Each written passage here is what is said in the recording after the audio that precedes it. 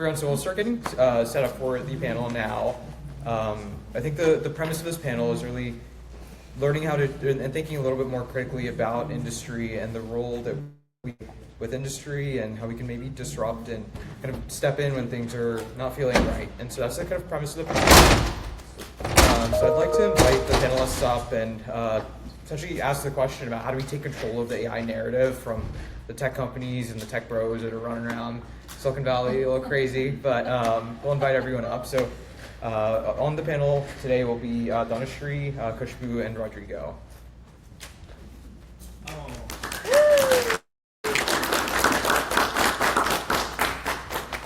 What's Rodrigo?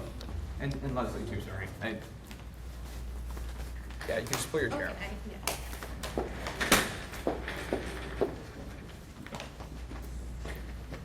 We'll just scoot over this way. Move over to the Rodrigo's okay. I think you might have ran to the restroom. Can someone just reach out to him and text him? Yeah. So we'll get started in the meanwhile. Maybe we can start, kind of with some introductions. And the kind of premise of this panel is with kind of our prior ones, shaping this more as a conversation. And so we're here to kind of chime in, share insights and perspectives, but what would really make this conversation valuable is getting your insights and perspectives, and feel free to jump in at any point as well. So the five of us are going to be spending the next 45 minutes on a question that I think a lot of us in this room are sitting with right now, and it's really that I just mentioned about how we take control of this AI narrative or decentralize the control of the narrative. I'm going to facilitate, but really I'm just here as a fellow traveler. I'm a med student and I work with the critical data community, and I think I've had written about some of these questions and thought about some of these questions, but certainly don't have the answers to any of them. So I'd love to grapple with those ideas and thoughts and reflect here. So let's first start by getting to know each other. And Leslie, would you like to introduce? Of course. Hi everyone, Leslie Espinosa Campomanes. I'm a bioengineer and a computer scientist by training. I came to Stanford for my undergrad and grad school, but before then I did med school, as I was sharing in the morning, in Peru for a couple of years.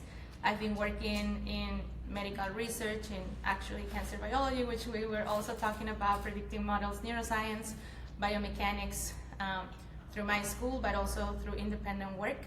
I also am a passionate educator. In Peru, I support indigenous communities specifically because I'm part of the Quechua community over there too, so like providing tools, educational resources in the villages of the Peruvian Andes and the Amazon. And currently I'm in corporate.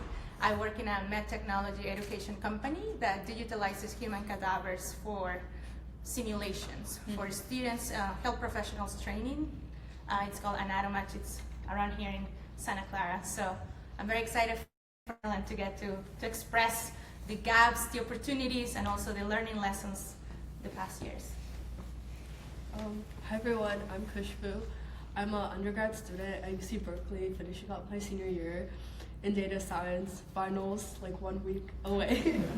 But really happy to be here and working on real world problems that are happening right now. And I plan on going to NYU for my master's after I finish the year. And I'm studying data science there, but yeah. So hi everyone, we met yesterday, but to reintroduce myself, I'm Dhanashree. So I am currently a data science and AI developer at UU at Bahamas. I am currently pursuing my master's in information systems. I already have some experience back in India with software development, and I worked with multiple tech healthcare IT companies, and I'm looking forward to a similar career as well in IT healthcare with AI, and that's the reason why I'm here. I would like to explore more, get more connections, and network out from it. Hi, sorry if I'm almost late. The weather is too good and the campus is too beautiful. So I'm Rodrigo. I think the best way to describe myself is a master of none, because I have like too many smart friends and a short attention span. So I went to med school, I went to law school, I did an MPH and then a master's of biomedical informatics, and thank God I met crazy, brilliant people like Leo that works in incredible stuff, and I like working with AI. And yeah, that's it. Great. Well, and I think I briefly introduced myself, everyone, but one thing that kind of struck me in all of our introductions is, we're all working at different parts of the entire ecosystem, kind of brushing up against the same sorts of things. And there's a story being told about AI and health, and it doesn't really quite match exactly what each of us are seeing. And so before we talk about changing the story, maybe we should talk about naming it first, and who's writing it right now, and what's actually being said. And so the first question I have for the panelists and the audience is also, when the dominant narrative of AI is that it'll transform health, what is the quiet assumption that's underneath that? And the one that people aren't really naming at tech conferences or on stages that are kind of traditional, what do you think that is? I would like to request to elaborate the question more. Yeah, so one of the kind of challenging things about AI right now is the narrative is being written by a few, and we bring kind of these perspectives to the table, each a different angle of health AI. And so I'm kind of curious in your kind of perspectives, what is being talked about on the stages that's not kind of what you see in your perspective or your communities or the ways that you engage with AI? I can start. Well, yes, I think it's very, in this room specifically, widely known that AI is being written by few, but also something to keep in mind is that that AI is being built and is also from few. There's a lot of missing data out there. There's a lot of voices which hasn't been counted historically, and that's also showcased on the model's effectiveness or the model's prompting or the model's outputs, right? So something that I've noticed, I mean, even as a student, I could already, like when I was working on my capstone for my undergrad, we were in a global health problem for pneumonia in kids below 5-year-old in India. How much information do you really know from impoverishment areas in India? How much is that documented? Are you really like talking with Indians about this problem? Like, is it really a hospital problem? Is it like a family-related problem? Is it a transportation infrastructure problem? We're not hearing from the people that are living the experience as much as we should, and especially as much as how much access we have of digital tools to let us learn about their experiences. And similarly, right, like going into med technology and education programming, we are training professionals. We're setting up a standard of a training method, right, through the devices that we develop. But how much are we incorporating the students' intakes on this learning experience too? Like, are they really gaining skills from with AI? To what extent? And it's even hard for the student to define those skills. So I wonder right now, the gap is like, what data are we missing? How are we interpreting the data? Who is counting on the data? And if we go even farther into like disproportional disparities and access, being part of the indigenous community, our traditional medicine is not counted, like, because it hasn't been the written form of English or Spanish or French. Most of it is spoken, and most of it like is interpersonal. It's you have to be present with the healers, or you have to be present with the herbal medicine, etc. So how do you incorporate those, values within models, within AI? It's still something that I would say a huge opportunity for us developers to be bridges for. And then we were just discussing about AI literacy. I think this is an opportunity to hopefully shorten the historical gaps and incorporate more voices and use AI as a tool to reivindicate poverty and provide the education that these people need and cooperate. Yeah. That's great perspectives and insight. I have one too. So I entered Stanford Medicine here. So, and against that there was science department. So I had a question, like, healthcare is it's about body, it's about like healing from inside. From ages, what we have been taught, like you have to live a particular lifestyle that will heal your body. And that is how the medicines were developed. Now with the advent of AI, we are trying to solve all the health problems with AI. So the question is like, you don't know how your body actually work, and it's not like if you use AI, I am going to get a better sleep. It will just give me some matrices. So the question is like, with the use of AI, are we really like trying to solve, or we are just like very curious about solving something using like machines? Are we really want to solve that problem, or we have a technology in hand and we have a very like good domain in our hand, like that is healthcare? So everyone is like healthcare and AI, so let's build something around it and then we advocate it to the entire world. But there are some parts of the world in which there is, first of all, no technology. Second, the health is way beyond the machines. We all know, like just to get a better sleep, we need to know like, okay, what is my body cycle? We don't need any machines. Like if so, every time I try to use some AI machine, like the AI watch, like how it will just tell me the matrices, but sometimes it comes to like a common sense and a consciousness. So this fight between the AI and the consciousness and the real way to heal the body, that will always be a conflicting issue, and I don't think so like AI would be like a like full-time, because it has some limitations and we as humans are trying to use it. But now what is happening is we are trying to see it as a only solution which is available in the market, which may not be. We all know it's not the one.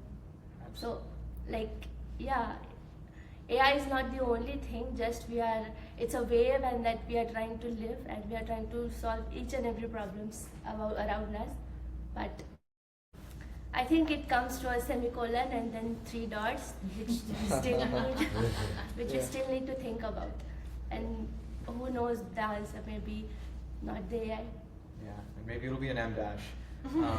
So one of the things that you highlighted on a lot of really interesting points, and I think one of them is that we don't fully know ourselves and what being human really is, and when we're deferring now to technology to address that and solve that, we're kind of putting ourselves in a pickle because we haven't fully defined who we are or what we are. And I think, going back to what Leslie was saying, there's a lot of knowledge that's embedded beyond science and beyond what we see as like value-based care or kind of evidence-based medicine or evidence-based care, or relying on trials or data points, but they often miss a lot, and it's oftentimes unmeasured.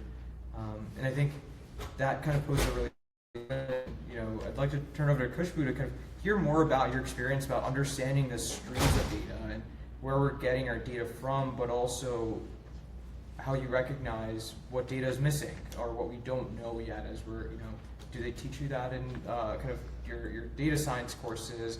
If not, like, what is something that we could do to expand upon that? Yeah, that's a great question, and I think that's something that's lacking right now in like education.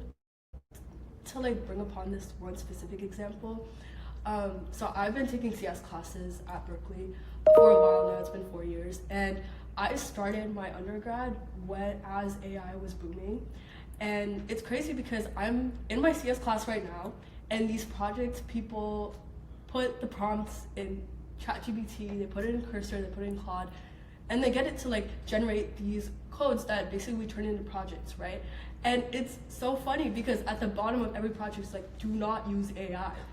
And doing that because, and it kind of reflects kind of what we talked about yesterday as well, is like these systems, like they're so complex now that they can't even, like there's no detection really for like professors to find out if you're even using these like AI or ChatGPT or like Claude or Cursor to get your answers, right? And it's crazy because like you'll see them like being fully against it, like putting bans on AI. And then just last week I was talking to my friend who's a CTO at a YC-backed company, and his company is like popping off. It's like really successful right now. And he goes to me, he's like, I asked him like, wow, like you're a technical officer, it must be like so hard, like all this code and everything. And he was like, nah, I don't even remember the last time I wrote code. And I was just like, what do you mean? You're literally the CTO. And I think that's so crazy because in education, we've been told like this specific way, like stop using AI. And then you go in the real world and you see, and that's all you can see is like them using AI. And I think that really shows the question is, if the educators are not willing to teach us how to use it specifically and how to like meaningfully use it, then you're automatically letting us learn AI from big tech. And then it all comes back to the fact that if education is not controlling it, obviously how are we gonna like influence or like get those specific values we want to embed within the newer gen? Right.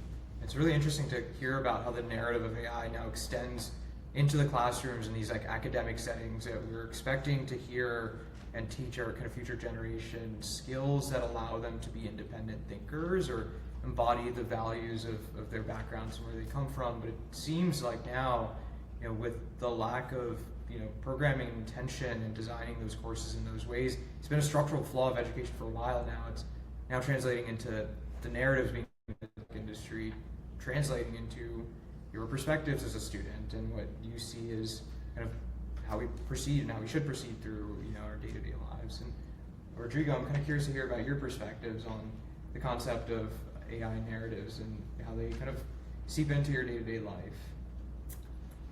I guess like one interesting thing is what you were asking before about AI kind of making us realizing our own humanity. I think that's an interesting side of it. Because we tend to convince ourselves that we are so important and that AI will not be able to do some stuff that we can do, and such as, edge cases and rare diseases. Yeah, AI is much better than us doctors in rare diseases already since they rare. And I think it was 2 days ago that Adam Rodman published a study showing that AI is better than ER doctors at diagnosing ER emergencies. And as an ER doctor, I'm offended. Just true. So I think we are so distracted at finding our values as like economical value or a very specific thing that we do that sometimes we forget to ask what is the collective thing that connects us and makes us human.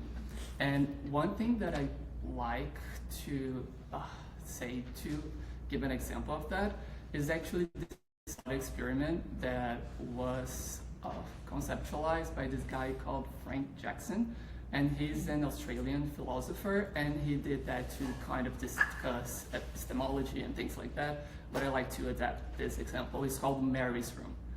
And try to imagine Mary. Mary is this person who grew up in this black and white world, this black and white house, and she never saw any colors. So everything she did was black and white, computer, whatever.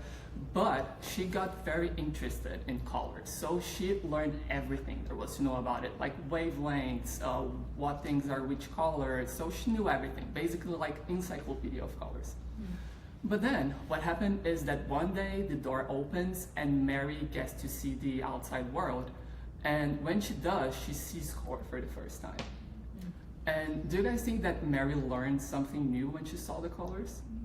Because if she did, it's this kind of experiential knowledge, this subjective experience that you cannot teach someone. It's part of this shared experience that you need to go through to understand. So AI will definitely be much better than we are at knowing stuff, but it's not human.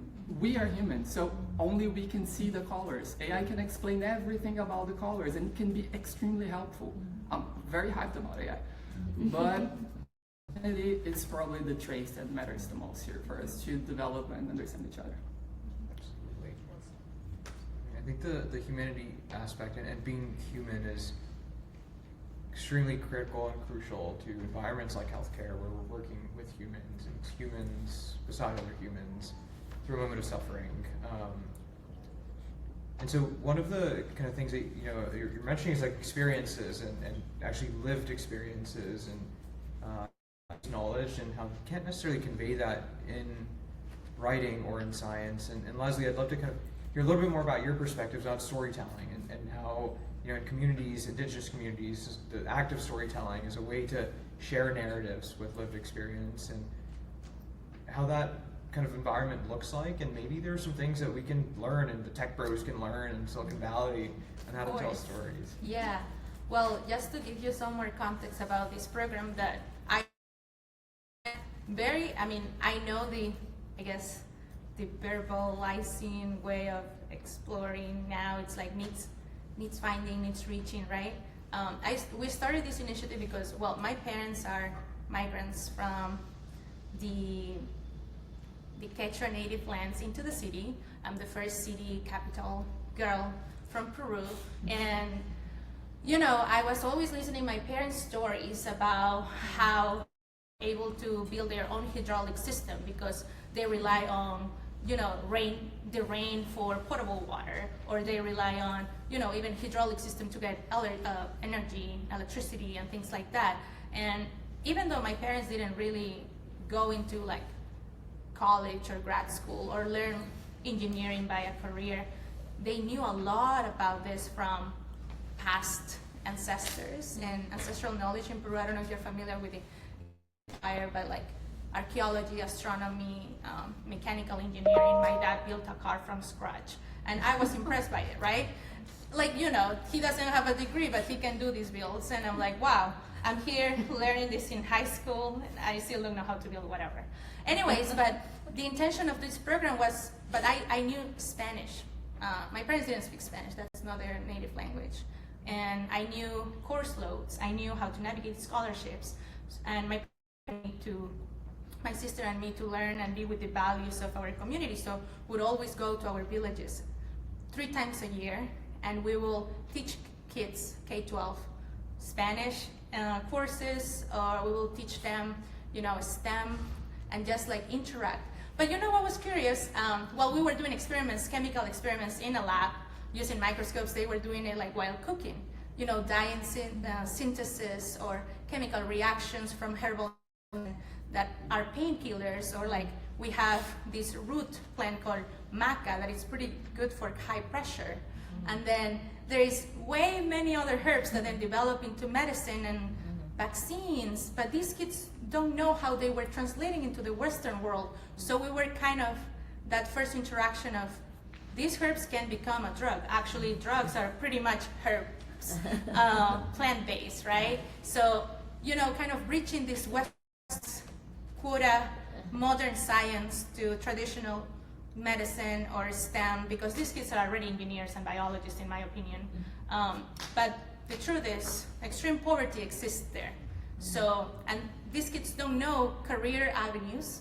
And we, being like the first gen city people, I guess college degree holders, we can communicate those opportunities to them. So the program is about first gen Limians, getting donations, prepping workshops just like this, and sending it to the sites. We go to their villages, we visit them, and because we already have been trained by our childhood experiences and our parents to get into the crops, do science with them, like grab some insects, go into the microscope, dissect them, things like that, do some fluorescence, like reactions together, so they behind it, and then the aspirations come to place. These kids now want to be bioengineers. They want to.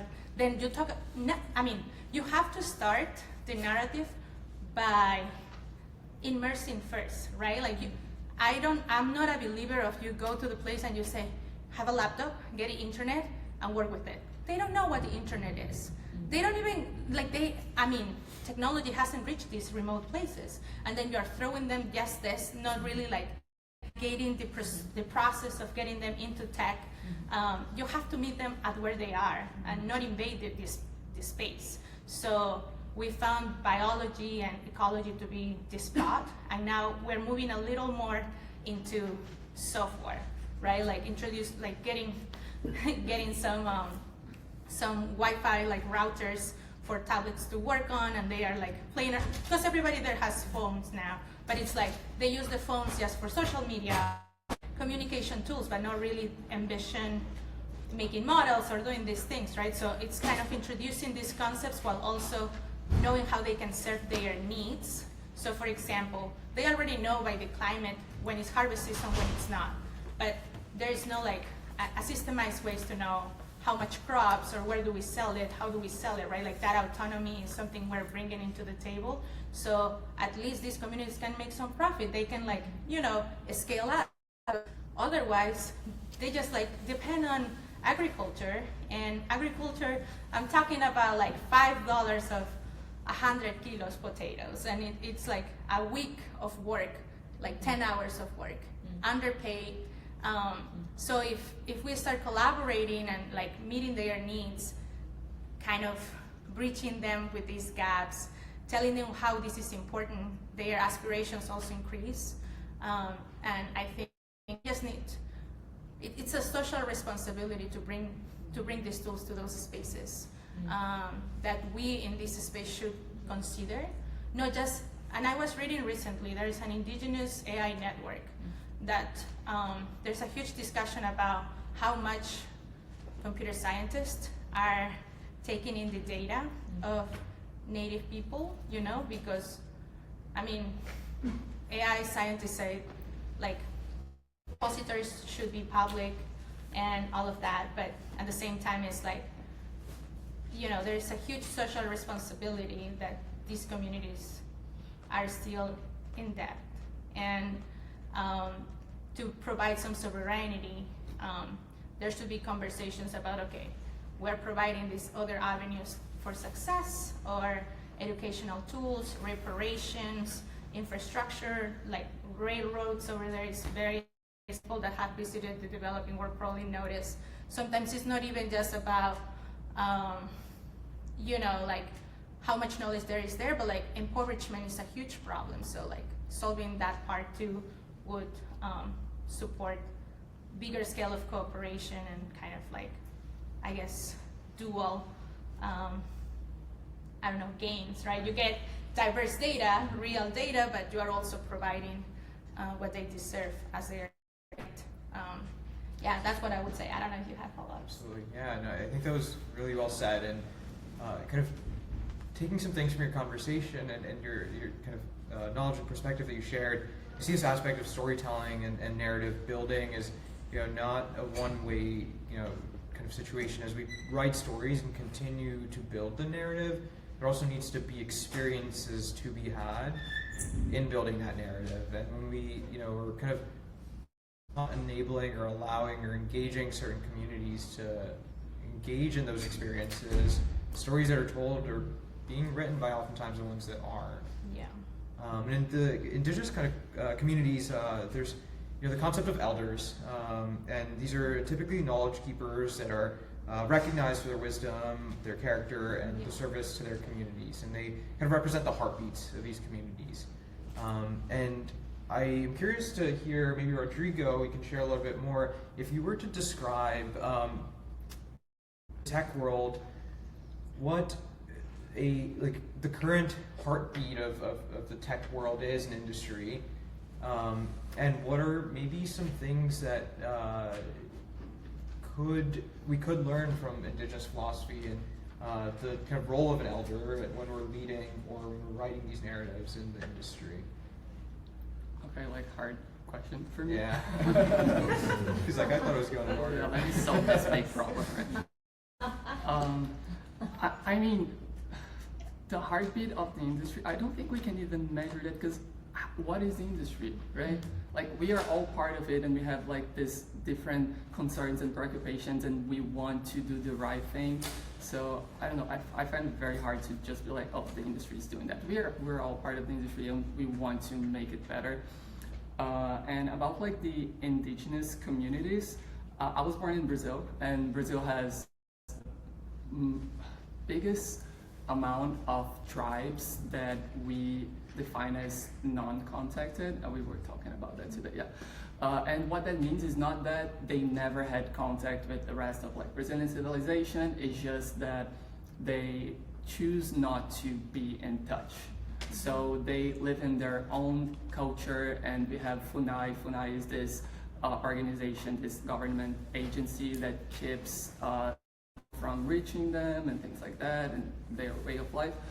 And I definitely think there's a lot to learn from everyone, from those different experiences and ways of looking at the world, the same way that there's a lot to learn from everyone from different perspectives.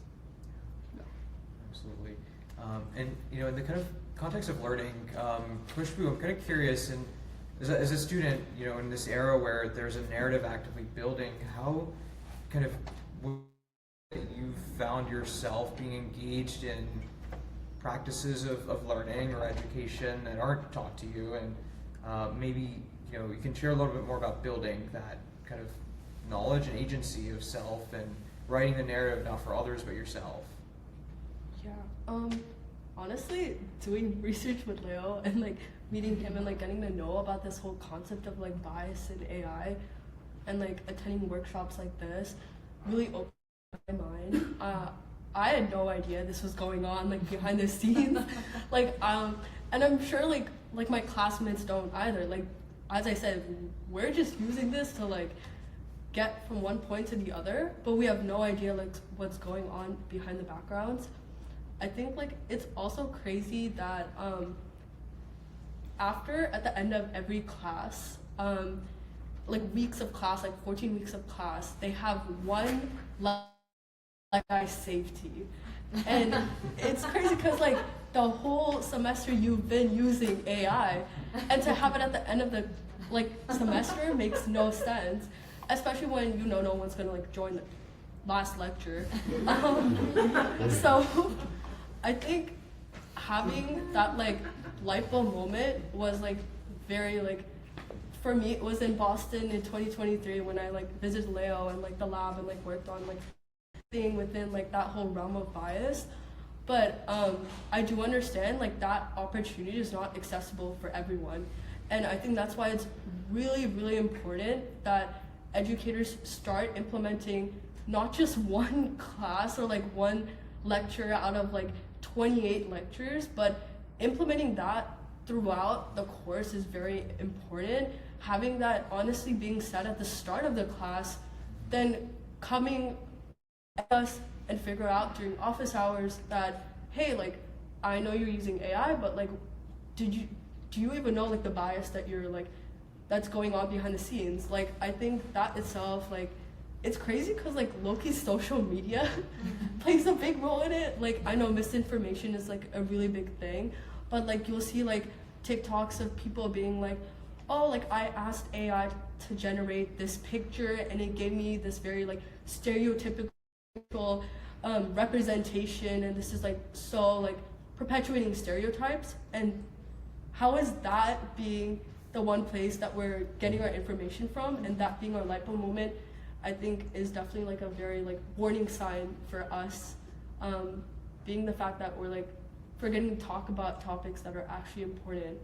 And I think that also plays into the role of companies more focusing on costs and in production, which is obviously really important, right? And I understand that's the whole business side of things, but I think failing to consider in bias is equally as important. And I think labeling it only just as an ethical issue is incorrect. I think it's also a business issue, because your product is failing for a certain group of people, and those are probably the group of people that you're trying to target, right? And missing out on such a huge consumer population, how are you building a good business, right? So I think those are all things that should be talked about and definitely do help in opening up people's minds. You've covered a lot of ground, and I think it's super interesting to think a little bit more also about the underpinnings of kind of what we decide to separate into chapters and what we kind of establish as pillars. Really interesting to see concepts like ethics being distilled into a chapter at the end, or bias or harms being distilled into a chapter at the end of something, or a session at the end. Being at Stanford now, and kind of the theme of being here, there's the Stanford AI Index. It's this report that they release every single year about where AI is at and where it's going and all the data. and the topic of ethics is also a chapter. And it kind of gets us to really think about why is this a chapter when now like ethics in healthcare looks different from ethics in economics, and ethics in economics looks different from ethics in aviation, for example. And so I think really thinking deeply about what core values or pillars of our day-to-day world we need to think about is something that I'm seeing, like we need to include that in our narratives as we talk about AI in healthcare. We need to recognize that AI in ethics is not different from AI in healthcare, it's a component of it. And so I'm curious to get your input on what maybe some of these pillars could look like or are, and what are maybe some pillars that need to be talked about a little more. Why the questions are so hard today?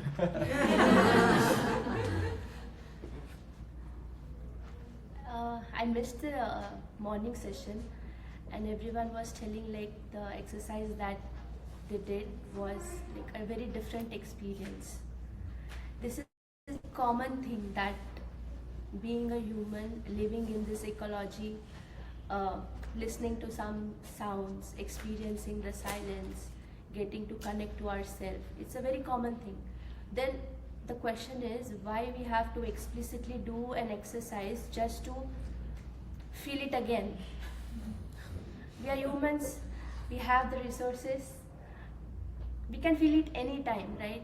Then explicitly coming to Stanford and experiencing such a beautiful thing, why are we doing it explicitly? Why are we not doing it on a daily basis?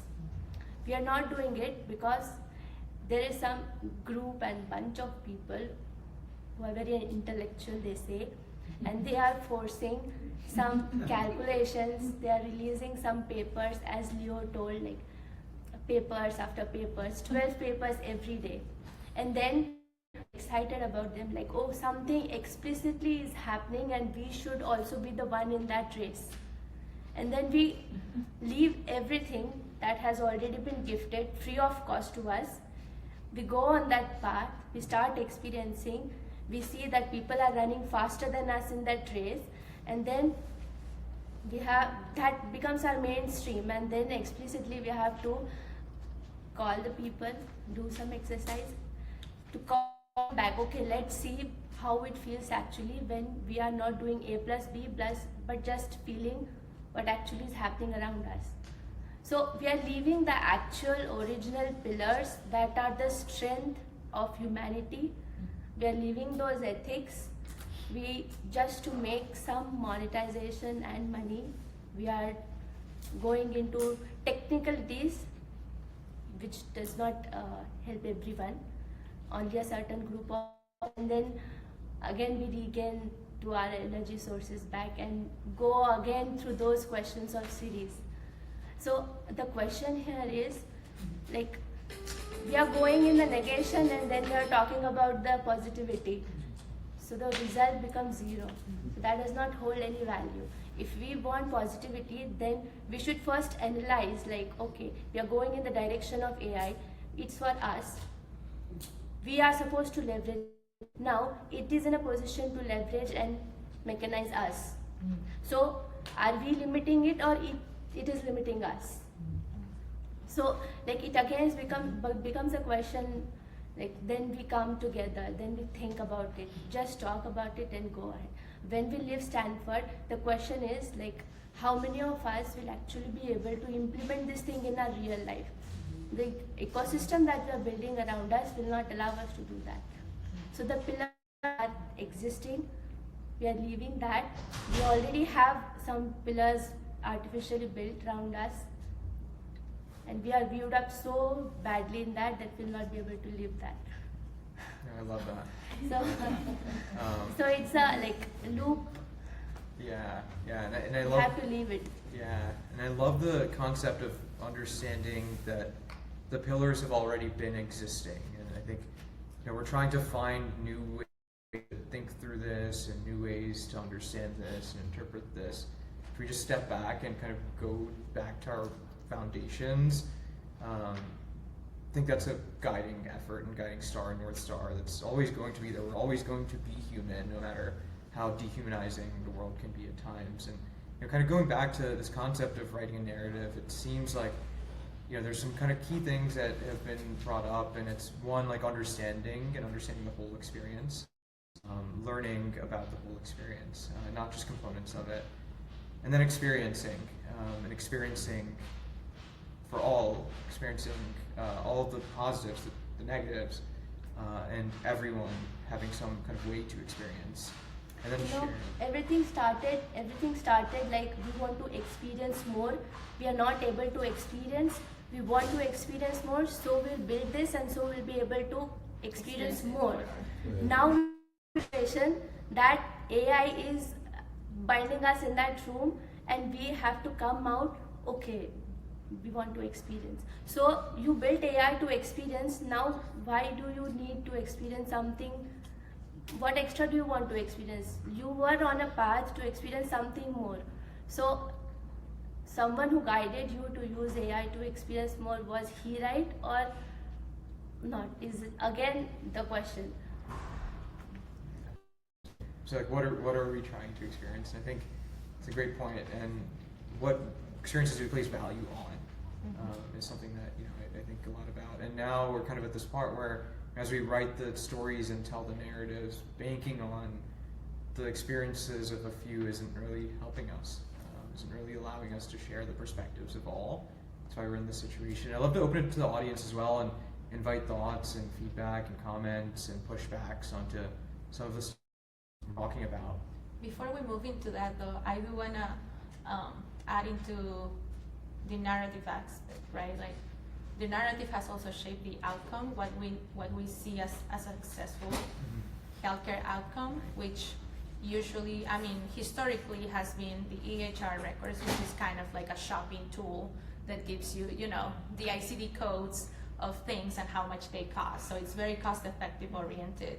But as builders in medicine, and medicine, health by itself is a complexity, it's a complex concept, and it has several lenses. We humans have several lenses, as we have been reiterating. So I wonder, just as individuals, incorporating into that narrative what it means to be healthy might also shape how models are getting built, right? Rather than having built from systematic ways, but how individuals, with personalized devices, I would say, there is a little more, there's room for quantifying what that means to be healthy, and when you're happy, quantifiable, how does that get represented, and also emotionally, how does being healthy get represented. So the narrative goes to the person at the end of the day, the person and its own diversities, complexities, and lenses. So the positive in me is gonna basically put something for everybody's consideration. So I think for those of us who have been around longer, when I attended this school, none of these beautiful buildings existed. None of them. I don't want to date myself, but we are in a historical moment for everybody in this room to take agency and to do something about it. We do need to know that bias exists. To your point, you didn't know. Now you know. So the question for all of us here is, can we leverage community? Can we use these tools? One of the things I tell my students, and I'm fortunate to have one of them here, former student, sorry, colleague now. This is AI, the way 3-year-old AI, I'm not talking about the 60-year-old, the 3-year-old toddler that we call generative AI or agentic AI, and then embedded AI, what have you. Everybody here, no matter if you're a computer scientist, this is the first time in history that anybody here can build a solution, can build a prototype, can run whatever you want. We couldn't do that in the past. So now we have agency. We know bias. Our communities have been robbed of the data. There are massive lawsuits going back and forth. So what do we do about it is, I think, the challenge I want to put out there. And this is the moment to challenge all the structures, because they're all fractioned. most of them are going to break. And look, none of this wealth existed not too long ago. And these are companies. Yeah, they didn't exist. So everything around is being challenged. So yes, there are structures. Yes, there is power there. Yes, there are incumbents. Of course, and now they're going to try to hold. But this is not a technology. It's a historic moment. So I encourage everybody. Yes, let's all know what's out there. Let's leverage this community. But let's use the same tools. Could be used to create and perpetuate system of extraction. Some people call it system of operation. I call it extraction because it's a market-driven economy and the incentives are out there. So let's use the tools and let's help our patients, let's help our communities, let's help our families. Because this is the time. And if this window closes in the next few years and we are not part of the conversation, we'll be kind of regretting that we didn't step. So again, this is me as a very positive person, and a person who's been in research, in industry, and also in startups. So this is the time to do it, guys. So, all right, that's me. I want to add on to that. I find that in my single also ethics lecture that I had about AI, it's so easy to say AI is biased. And it's easy for us to say that because it means that we get to place the blame on someone else.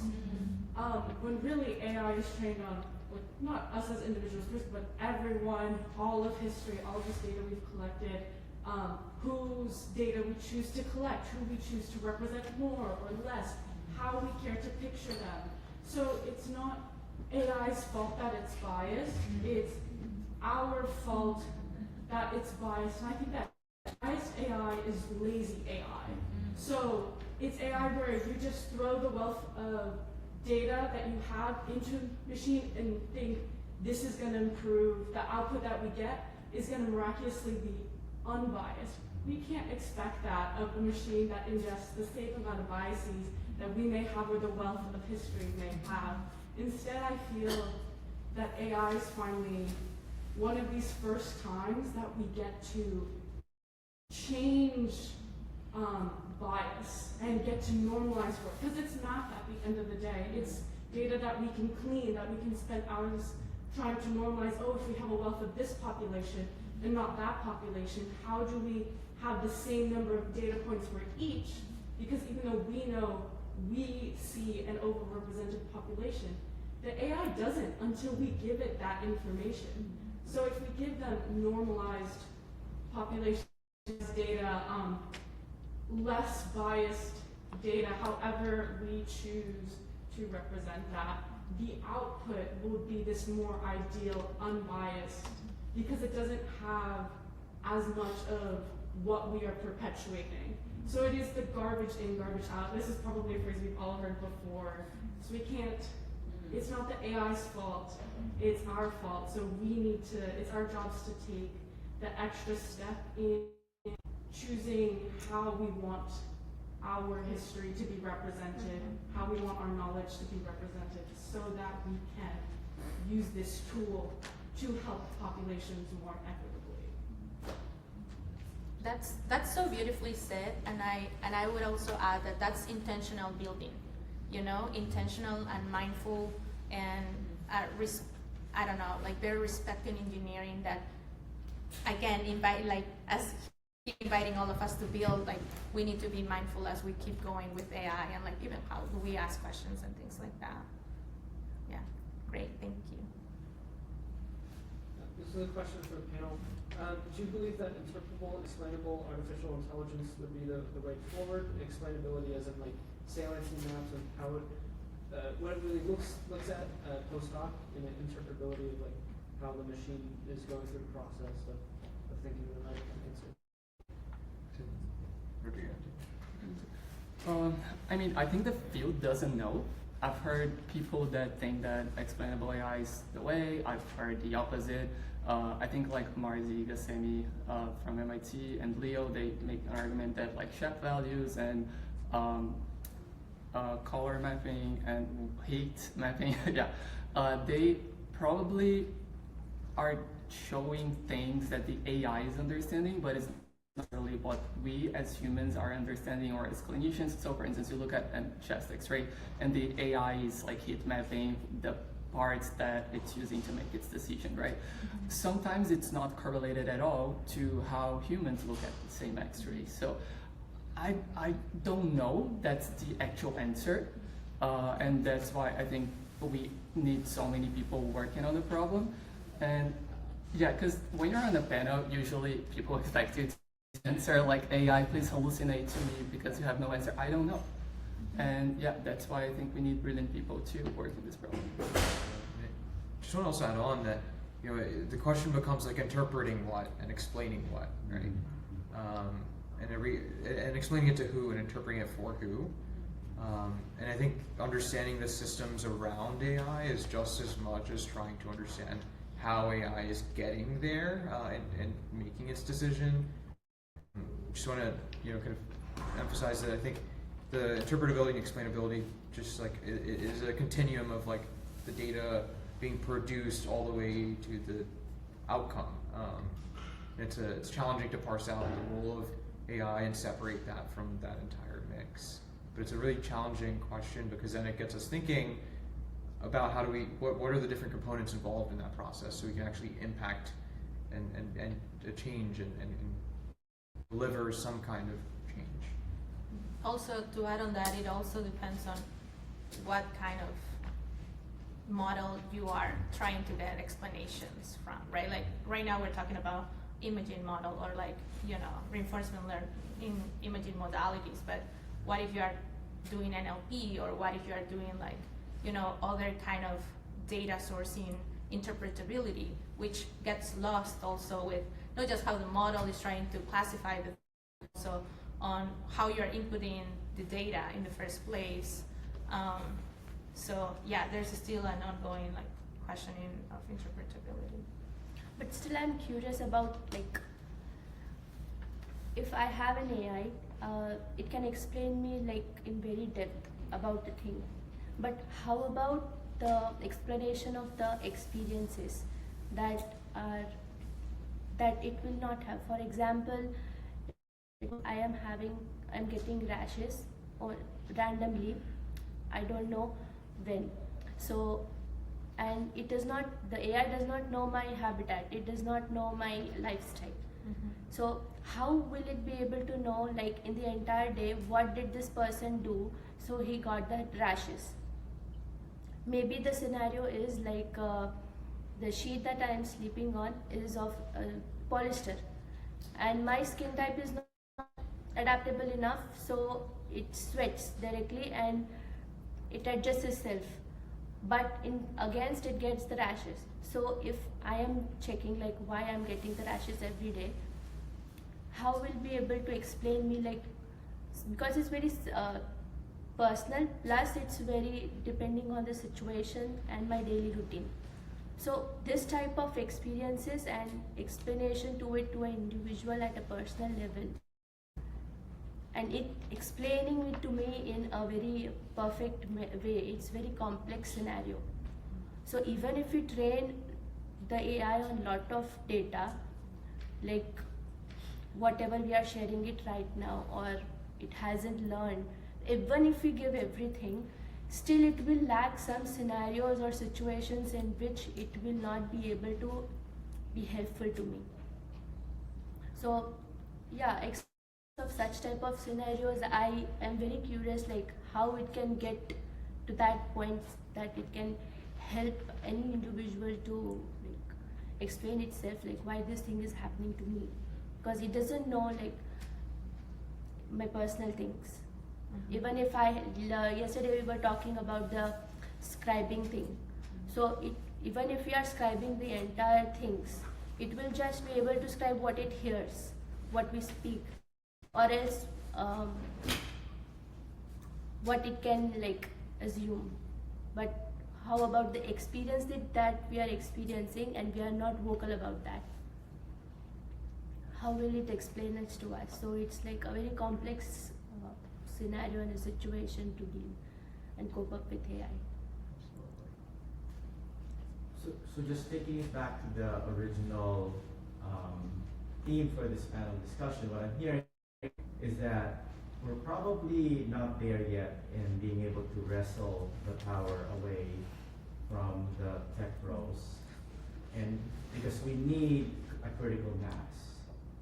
And I think what we need to do, each one of us, is to organize a similar event in your church, in your club, in your professional society, in your university, because we need to grow this.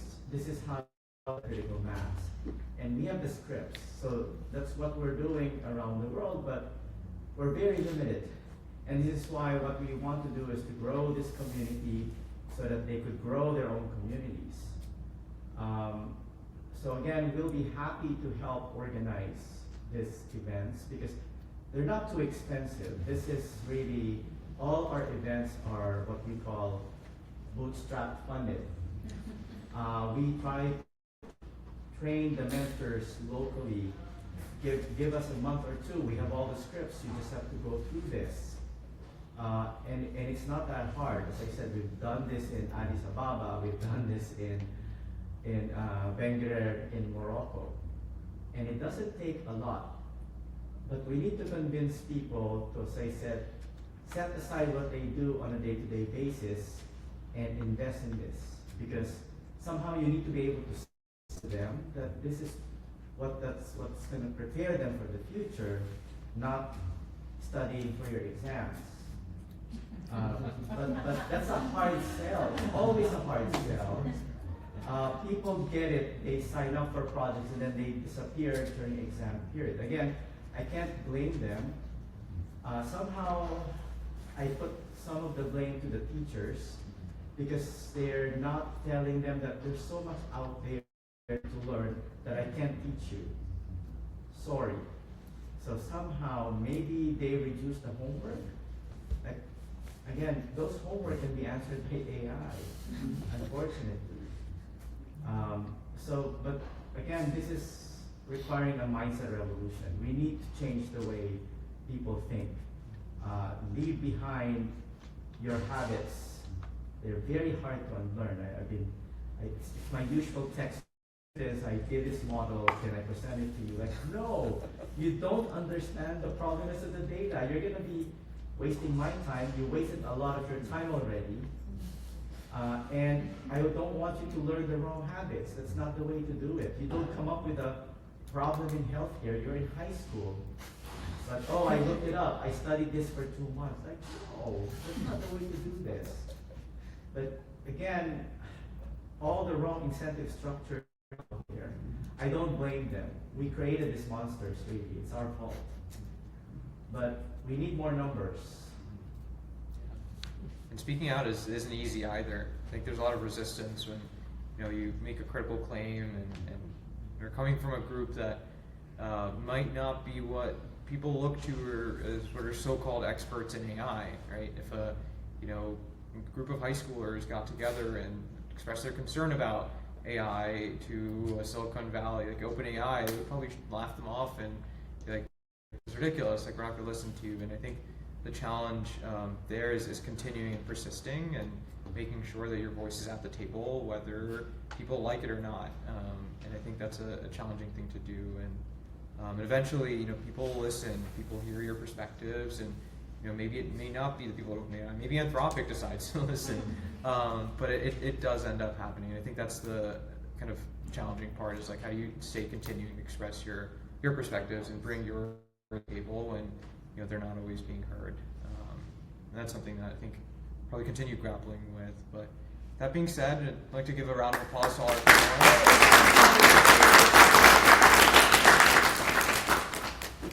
So we'll break off into a coffee break.